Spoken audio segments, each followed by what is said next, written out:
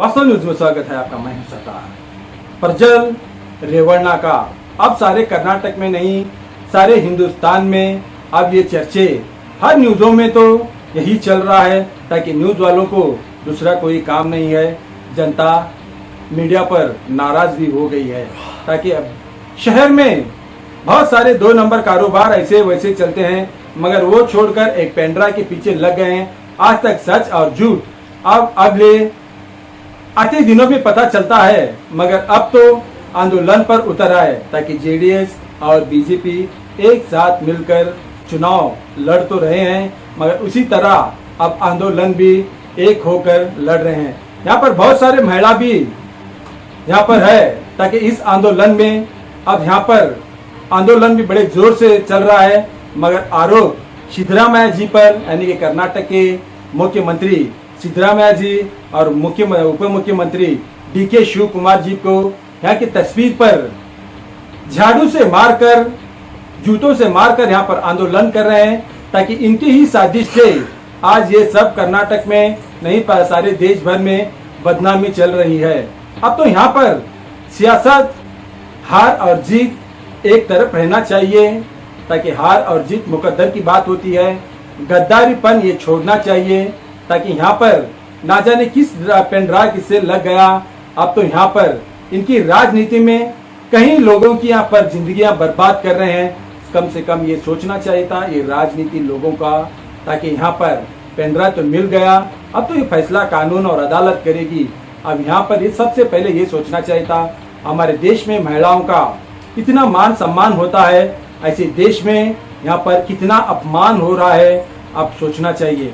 क्योंकि यहाँ वहाँ पर सब लोग आक्रोश में, कई महिलाएं सोशल मीडिया में इतनी गालियां दे रहे हैं, ताकि यहाँ पर कहीं लोग इतना चर्चे चल रहे हैं, और मीडिया में तो दूसरा काम ही नहीं, मीडिया वालों को सिर्फ पेंड्रा है, प्रज्वल रेवन्ना, फिर यही चल रहा है, मगर दुनियादारी में यही नहीं सोच रहे, ताकि इससे कितने महिलाओं के जिंदगियां बर्बाद हो जा रहे हैं, कितने महिलाओं के घर बर्बाद हो जा रहे हैं, ना जाने किस किस गर्भवाद को इन्होंने आज तोड़ रहे हैं। सबसे पहले ये सोचना चाहिए था, ये सब छोड़कर हार जीत के लिए कितने महिलाओं को अब बलिदान देना पड़ेगा, ना जाने आते दिनों में कितने महिलाओं की आत्महत्या होगी ऐसे लीडरों की वजह से, ताकि इस पेंड्रा की वजह से कई लोगों का घर बर्बाद हो गया है।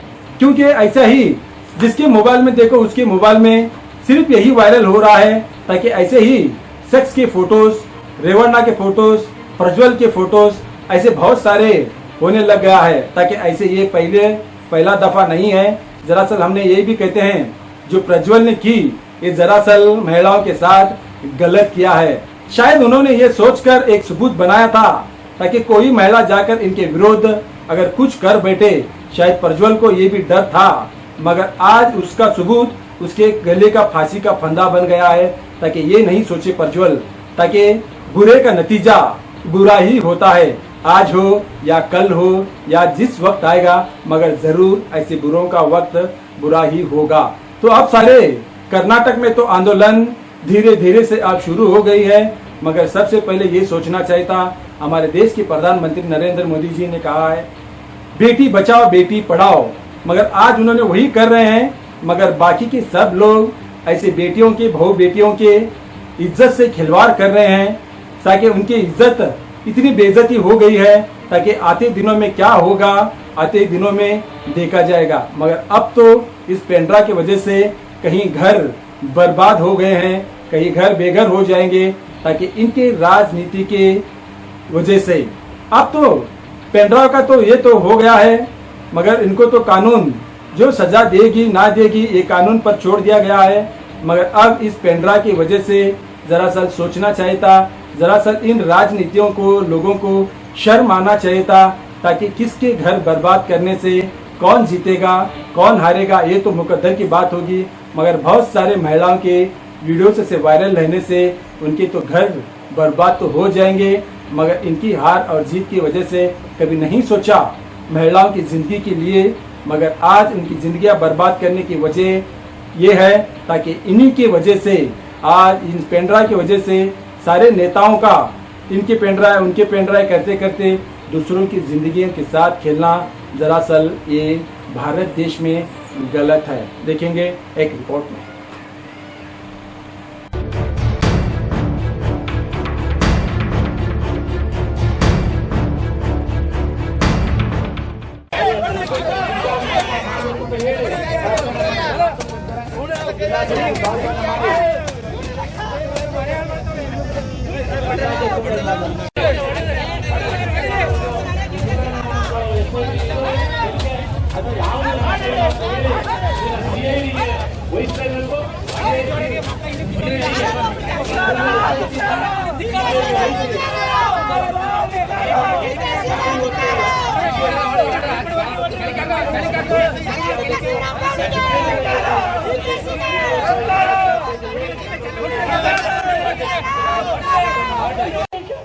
ಎಲ್ಲ ಮನವಿಯನ್ನು ಮಾಡಿದ್ರು ಕೂಡ ಇದನ್ನ ಪ್ರಜಾಪ್ರಭುತ್ವದ ಸಾಮಾಜಿಕ ಜಾಲತಾಣ ಅಂತ ಹೇಳ್ಕೊಂಡು ಹೊರೆ ಬಿಡ್ತಾ ಇರ್ತಕ್ಕಂಥವ್ರನ್ನ ಶೀಘ್ರ ಬದಲಿಸಬೇಕು.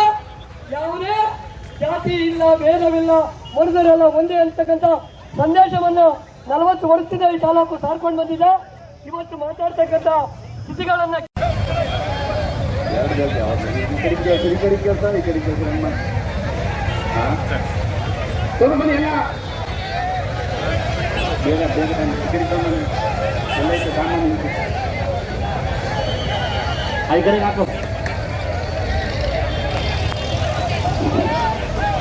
ಗಾಡಿ ಬಿಡ್ಬೇಡ್ರಿ, ಕೃಷ್ಣಣ್ಣ ಅಲ್ಲಿ ಗಾಡಿ ಬಿಡ್ಬೇಡಿ, ಇಂದ್ಕೋಗಿ ಎಲ್ಲ ಗಾಡಿಗಳು ಬಿಡ್ಬೇಡಿ.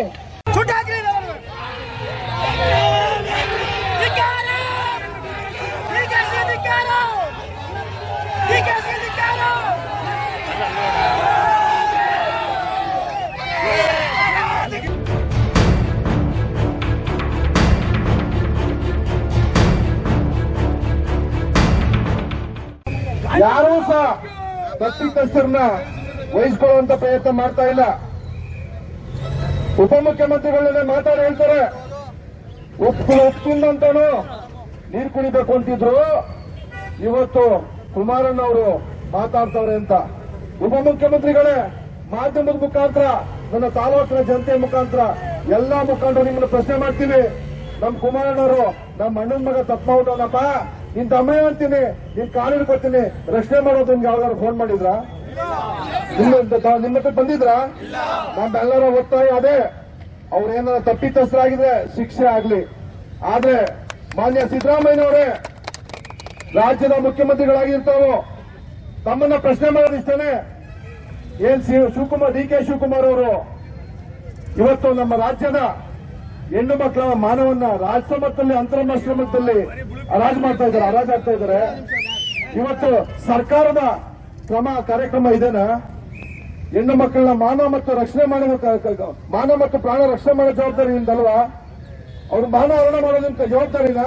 ಇವತ್ತು ನಮ್ಮ ಕರ್ನಾಟಕಕ್ಕೆ ಹೆಣ್ಣು ಮಕ್ಕಳಿಗೆ ವಿಶೇಷವಾದ ಕಾರ್ಯಕ್ರಮ ಕೊಟ್ಟಿದೆ ಅಂತ ಹೇಳ್ತೀರಿ, ಇದೇ ನಿಮ್ ವಿಶೇಷವಾದ ಕಾರ್ಯಕ್ರಮನ? ಅಂತಾರಾಷ್ಟ್ರೀಯ ಮಟ್ಟದಲ್ಲಿ, ರಾಷ್ಟ್ರೀಯ ಮಟ್ಟದಲ್ಲಿ ನಮ್ಮ ಕರ್ನಾಟಕ 4 ಗೋಡೆ ಮಧ್ಯೆ ಇರುವಂತ ಒಂದು ಪ್ರಕರಣವನ್ನ ರಾಷ್ಟ್ರೀಯ ಮಟ್ಟಕ್ಕೆ, ಅಂತಾರಾಷ್ಟ್ರೀಯ ಮಟ್ಟಕ್ಕೆ ತಕೊಂಡೋಗಿ ನಮ್ಮ ಕರ್ನಾಟಕದ ರಾಜ್ಯದ ಮಾನವ ಮರ್ಯಾದೆ ಹರಾಜು ಮಾಡ್ತಾ ಇದ್ದಿರಲ್ಲ, ನಮ್ಮ ತಾಯಂದಿರ ಮಕ್ಕ ತಂಗಿಯರ ಮಾನವ ಹರಾಜು ಮಾಡ್ತಾ ಇದ್ದಿರಲ್ಲ, ಇದು ನಿಮ್ ಜವಾಬ್ದಾರಿನ? ಮಾನ್ಯ ಉಪಮುಖ್ಯಮಂತ್ರಿಗಳೇ, ನಿಮ್ಮನ್ನ ಹೇಳ್ತೀವಿ, ಹಳೆ ಮೈಸೂರು ಭಾಗದಲ್ಲಿ ನನ್ ಪೆನ್ ಕೊಡಿ, ಪೇಪರ್ ಕೊಡಿ, ಪೆನ್ ಕೊಡಿ, ಪೇಪರ್ ಕೊಡಿ ಅಂತಿದ್ವಿ. ಪೆನ್ನು ಪೇಪರ್ ಕೊಟ್ರು. ಈ ಕೆಲಸ ಮಾಡಕ್ಕೆ ನಿಮ್ಗೆ ಪೆನ್ನು ಪೇಪರ್ ಕೊಟ್ಟಿದಾರ?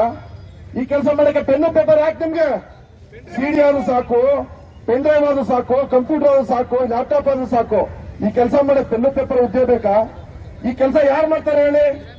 ಸಮಾಜದಲ್ಲಿ ಸಮಾಜ ಘಾತಕರು, ಸಮಾಜಕ್ಕೆ ಘಾತಕು ಬೇಡ ಅಂತಂದ್ರು, ಸಮಾಜದಲ್ಲಿ ತಂಡ್ರೇಟು ಮನಸ್ಥಿತಿಯ ಹೊಂದುತ್ತಾರೆ, ಈ ಕೆಲಸ ಮಾಡ್ತಾರೆ. ಇವತ್ತು ಕಾನೂನು ರಕ್ಷಣೆ ಮಾಡ್ತೀರಾ ನೀವು? ಏನ್ ಕಾನೂನು ರಕ್ಷಣೆ ಮಾಡೋದು ನೀವು? ಒಬ್ಬ ಸಾಮಾನ್ಯ ರೈತ, ಒಬ್ಬ ಸಾಮಾನ್ಯ ಕಾರ್ಯಕರ್ತ, ಒಬ್ಬ ಸಾಮಾನ್ಯ ಸ್ಟೂಡೆಂಟ್, ಇದು ಡ್ರೈವಿಂಗ್ ಲೈಸೆನ್ಸ್ ಇಲ್ದೇನೆ ಒಂದ್ ವೇಳೆ ಕುಡಿದು ಡ್ರೈವ್ ಮಾಡಿದ್ರೆ ಪೊಲೀಸ್ ಹಿಡಿದು ಅವ್ರು ಕೇಸ್ ಹಾಕ್ತಾರೆ, ದಂಡ ಹಾಕ್ತಾರೆ, ಅವ್ರ ತಗೊಂಡ ಸ್ಟೇಷನ್ ಕೂರಿಸ್ತಾರೆ. ಯಾತಕ್ಕೆ? ಕಾನೂನು ಅಂತ. ಇವತ್ತು ಮಾನ್ಯ ಉಚ್ಚ ನ್ಯಾಯಾಲಯ ತಡೆಯಾಜ್ಞೆ ಕೊಟ್ಟಿದೆ ಆ ಸಿಡಿಗೆ. ಇದು ಮನುಷ್ಯರು ನೋಡುವಂತ ಸಿಡಿ ಅಲ್ಲ, ಸಮಾಜದಲ್ಲಿ ಅಹಿತಕರವಾದ ಇಂಥ ಸಂಗತಿಗಳು ನಡೆಯೋದು ಬೇಡ, ಅದನ್ನ ತಡೆಯಡಿ ಅಂತ ಹೇಳಿದ್ದಾರೆ. ಇವತ್ತು ಯಾರೋ ಒಬ್ಬ ಸಾಮಾನ್ಯ ಮನುಷ್ಯ ನ್ಯಾಯಾಲಯದ ಆದೇಶವನ್ನ ಧಿಕ್ಕರಿಸಿ ನ್ಯಾಯಾಲಯದ ಆದೇಶ ಉಲ್ಲಂಘನೆ ಮಾಡಿದ್ರೆ ಅವ್ರು ಕಂಟೆಂಪ್ಟ್ ಕೋರ್ಟ್ ಆಗುತ್ತೆ. ಇವತ್ತು ರಾಜ್ಯದ ಉಪಮುಖ್ಯಮಂತ್ರಿ ಆಗಿ ನಿಮ್ಮ ತಮ್ಮ ಸಚಿವ ಸಂಪುಟದ ಸಹೋದ್ಯೋಗಿಗಳ ಜೊತೆಗೆ ಏಕೈಕ ದೃಷ್ಟಿ, ನಿಮ್ದು ಏಕೈಕ ದೃಷ್ಟಿ ಅಂತಂದ್ರೆ ಸೋಲಿನ ಹತಾಶೆಯಿಂದ ನನ್ನ ತಮ್ಮ ಸೋಲ್ತಾನೆ, ನಮ್ಮ ಪಕ್ಷ ಸೋಲುತ್ತೆ ಒಂದು ಏಕೈಕ ದೃಷ್ಟಿಯಿಂದ ಇವತ್ತು ಆ ಸೀಡಿನ ಬಿಡುಗಡೆ ಮಾಡಿ ಅಕ್ರಮ ಮಾರ್ಗಗಳ ಮುಖಾಂತರ ತಮ್ಮನ್ನ ಗೆಲ್ಸ್ಕೊಂಡು ನಡಿಬೇಕು ನಾವು ಏಕಚಕ್ರಾಧಿಪತ್ಯ ಮಾಡಬೇಕು ಅಂತ ಹುಟ್ಟಿದಿಲ್ಲ. ಇದು ನಿಮ್ಗೆ ಶೋಭೆ ತರುವಂತ ಕೆಲಸನ ಇದು? ಉಪಮುಖ್ಯಮಂತ್ರಿ ಮಾಡೋ ಕೆಲಸನ ಇದು? ಲಕ್ಷಾಂತರ ಸಿಡಿನ ಸಂಬಂಧಪಟ್ಟ ತಪ್ಪು ಮಾಡಿದ್ರೆ ವಿಶೇಷವಾದ ಅಮೆಂಡ್ಮೆಂಟ್ ತನಿಖಾ ಸಂಸ್ಥೆಗೆ ವಹಿಸ್ಬಿಟ್ಟು ಅವನ್ ತಪ್ಪಿದಷ್ಟನ್ನು ತಗೊಂಡೋಗಿ ನೀವು ಜೈಲ್ಗೆಲ್ಸಿದ್ರು ಯಾರು ಪ್ರಶ್ನೆ ಮಾಡ್ತಿರಲಿಲ್ಲ ನಿಮ್ಮನ್ನ. ನೀವು ಯಾರು ಅಪರಾಧ ಮಾಡಿದಾನೆ ಅವನಕ್ಕಿಂತೂ ಸಹ ಘೋರ ಅಪರಾಧ ನೀವು ಮಾಡಿರೋದು. ಇದು ಯಾರು ಸಂಸ್ಥಿತ ಆಗಿರುವಂತ ಅಪರಾಧ. ಯಾರೋ ಒಬ್ಬ ಶಿಖಂಡಿ ಶಿವರಾಮ ಹೇಳ್ತಾನೆ, ಶಿಖಂಡಿ ಶಿವರಾಮ ಅವರೇ ನಿಮ್ಗೆ ಆತ್ಮಸಾಕ್ಷಿ ಅಂತ ಏನ್ರಿ? ರಾಷ್ಟ್ರದ ಸಂಸತ್ ಪ್ರವೇಶ ಮಾಡಿದ್ರಿ, ಯಾರ ಮುಖಾಂತರ ಪ್ರವೇಶ ಮಾಡಿದ್ರಿ? 3 ತಿಂಗಳು 4 ತಿಂಗಳು 5 ತಿಂಗಳು 6 ತಿಂಗಳು ನಿನ್ನಂತ ದುಡ್ಡಿರೋನು ಯಾರಿಲ್ಲಪ್ಪ, ನಿನ್ನಂತ ಸೇವೆ ಮಾಡೋನು ಯಾರು ಮಾಡ್ಕೊಡ್ತಿ. ಈ ಸೇವೆ ಮಾಡ್ತಾ ಇದ್ದಿಲ್ಲ ಇವತ್ತು ನಿನ್ನ ಸಂಸತ್ ಪ್ರವೇಶ ಮಾಡ್ತಿರಲ್ರಿ. ಅದೇ ಕಾಂಗ್ರೆಸ್ ಪಕ್ಷದಿಂದ ಮಂಡ್ಯ ಜಿಲ್ಲೆಯಲ್ಲಿ ಸ್ಥಳೀಯ ಸಂಸ್ಥೆಗೆ MLC ನಿಂತಿರಿ. ಇನ್ನ ಠೇವಣಿಯಿಂದ ಕಳ್ಸಿದ್ರು, ನಿನ್ಗೆ ಠೇವಣಿಯಿಂದ ಕಳ್ಸಿದ್ರು.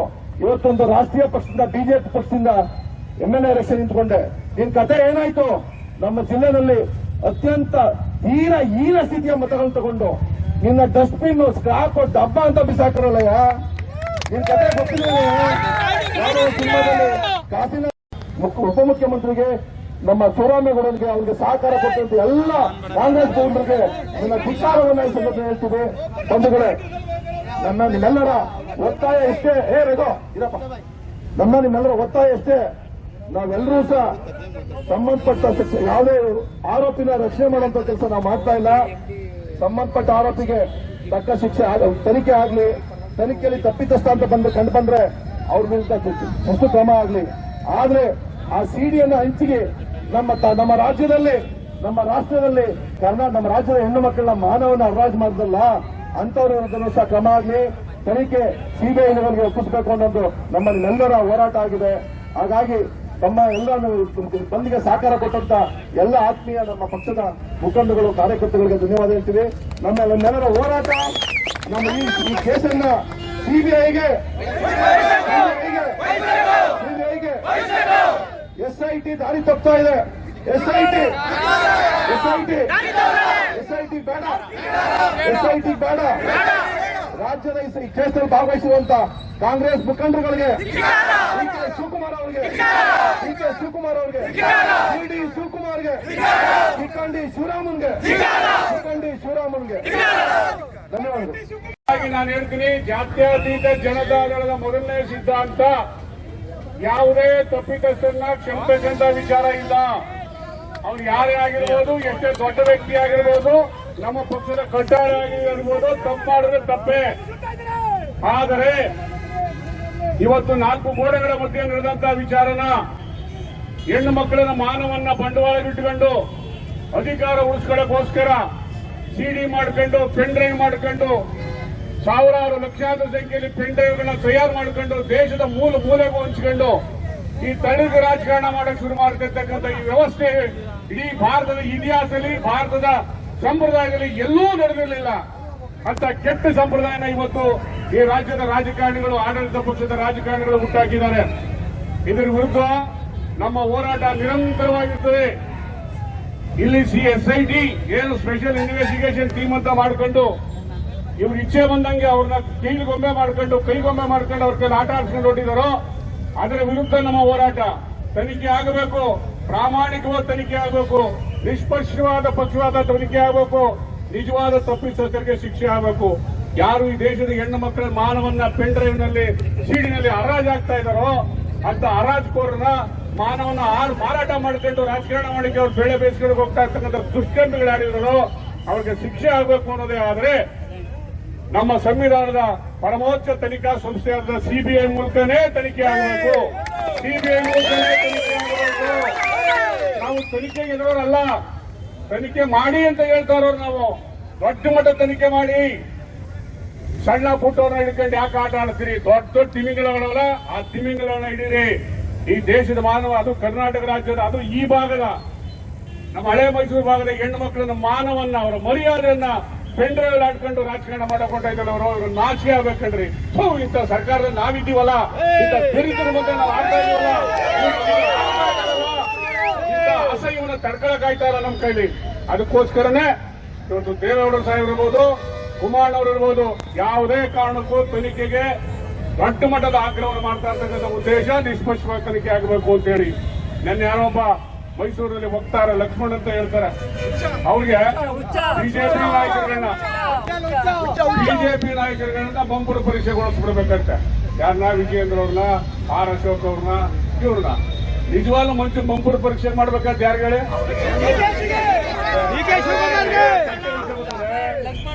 ಅದನ್ನ ಮಾಡಿ ಸತ್ಯಕ್ಕೆ ಬಂದಿದೆ. ನಾವು ಪೊಲೀಸ್ನವ್ರಿಗೆ ಕೈ ಮುಗಿತೀವಿ ಸ್ವಾಮಿ, ನಿಮ್ಮನೇಲಿ ಹೆಣ್ಮಕ್ಳವೆ, ನಮ್ಮನೇಲಿ ಹೆಣ್ಮಕ್ಳವೆ. ಇಂಥ ಪ್ರತಿಕ್ರಿಯೆದಾನ ಮಾಡಕ್ಕೆ ಯಾಕೆ ತಡೀತೀರಿ? ಡಿಸಿಎಂ ಹುದ್ದೆನೇ ಇಲ್ಲ ರೀ ನಮ್ಮ ಸಂವಿಧಾನದಲ್ಲಿ. ಅವ್ರು ಯಾರ್ರಿ ಅವರು? 4ನೇದು 5ನೇದು ಇರಿಗೇಷನ್ ಮಿನಿಸ್ಟ್ರು, ಈ ರಾಜ್ಯದ ಮುಖ್ಯಮಂತ್ರಿ ಅಲ್ಲಪ್ಪ. ಅವ ಸಂವಿಧಾನದಲ್ಲಿ ಇಲ್ವೇ ಇಲ್ಲ, ಡಿಸಿಎಂ ಅನ್ನೋ ಪದನೇ ಇಲ್ಲ. ಅವ್ರು ಕ್ರಿಯೇಟ್ ಮಾಡ್ಕೊಂಡ್ರೆ ಅವ್ರ ರಚನೆ ಮಾಡೋಕೆ ಯಾಕಪ್ಪ ಹಿಂಗೆ ನೀವು ದೊಡ್ಡದಾಗಿ ನಿಂತ್ಕೊತೀರಿ? ಏನು ಆಗಲ್ಲ ಇದರಿಂದ. ನಮ್ಮ ಸಂವಿಧಾನದಲ್ಲಿ ಚಳವಳಿ ಮಾಡ್ತಕ್ಕಂಥದ್ದು ಮಹಾತ್ಮ ಗಾಂಧಿ ಅವರು ತಿಳಿಸ್ಕೊಟ್ಟಿರ್ತಕ್ಕಂಥದ್ದು, BR ಅಂಬೇಡ್ಕರ್ ಸಾಹೇಬರು ಬರ್ಕೊಟ್ಟು ಹೋಗಿದ್ದಾರೆ ನಮ್ಗೆ. ಚಳವಳಿ ಮಾಡಿ, ಚಳವಳಿ ಮೂಲಕ ನ್ಯಾಯ ಕೇಳಿ. ಇದು ಯಾರು ತಪ್ಪು ಅಂತ ಯಾಕೆ ಹೇಳ್ತಾ ಇದ್ರಿ? ಯಾಕೆ ತಡೀತಾ ಇದ್ರಿ ಜನ ಅಂತ ಗೊತ್ತಾಯ್ತಾ ನಿಮ್ಗೆ? ಯಾರು ಹೇಳೋರು? ಹೇಳೋರು ಯಾರು ನಿಮ್ಗೆ? ಯಾಕೆ ಮಾಡ್ತೀರಿ? ದಯಮಾಡಿ ಬೇಡ, ಇದೆಲ್ಲ ಹುಡಿ. ಅವ್ರು ಮಾಡ್ಕೊಂಡು ಹೋಗ್ತಾರೆ. ಶಾಂತಿಯುತವಾಗಿ ಹಂಗೆ ಮಾಡಿದ್ರು, ಮಂಡ್ಯರು ಹಂಗೆ ಮಾಡಿದ್ರು, ಇಲ್ಲೂ ಅದೇ